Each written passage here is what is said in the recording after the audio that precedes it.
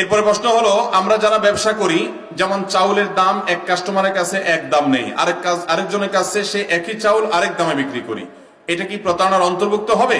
কিংবা কাপড় দোকানের ক্ষেত্রে যেই কাপড় আমি একজনের কাছে 500 টাকা বিক্রি করলাম, আবার সেই একই কাপড় অন্যজনের কারণে আমি 1000 টাকা বিক্রি করলাম, তাহলে কি সেটা কাস্টমারের সাথে প্রতারণা বা জুলুমের অন্তর্ভুক্ত হবে কিনা? না, এটা জুলুম হতে যাবে কেন?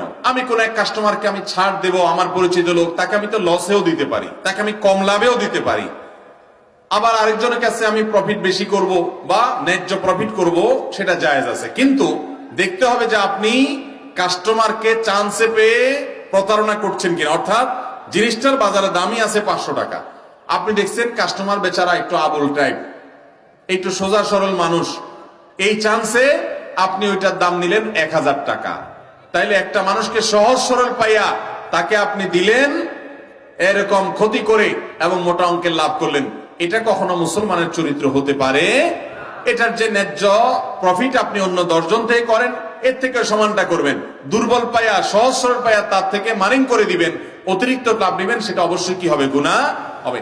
এমনিতে আপনি মনে চাইলো পরিচিত একজনকে কমে দিচ্ছেন, আরেকজনকে বেশি দিচ্ছেন, আহামরি ঠকান নাই, সোজা পেয়ে দুর্বল পেয়ে, তাহলে সেটা জায়েজ আছে। এরপর প্রশ্ন হলো, বেশিরভাগ ক্ষেত্রে আমরা ব্যবসায়ীরা কাস্টমারকে 2-3টা পণ্য কম দামে ধরে দেই, বাকি 4-5টার উপর বেশি দাম ধরে পোষায় নেই। এভাবে নেওয়াটা কি প্রতারণার অন্তর্ভুক্ত হবে কিনা?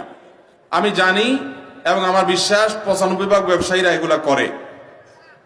ভাইরা আমার, এটাও খুব দরকারি একটা প্রশ্ন।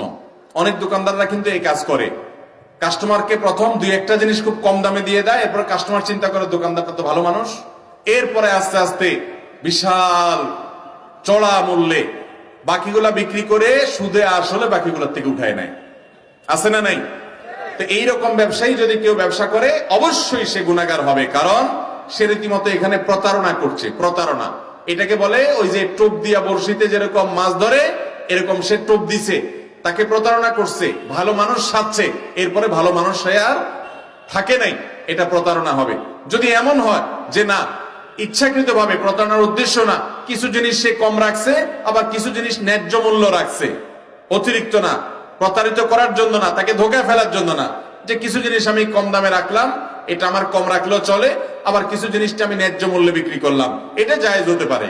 কিন্তু তাকে ধোকায় ফেলে দিয়ে 1-2টা আইটেম কমে দিয়া এরপরে তাকে বাকি যেগুলো সে চিনে না, এগুলোর দাম জানে না, সেগুলোতে আমি কোপায়া ভালো করে লাভ করলাম, এটা জায়েজ হতে পারে না।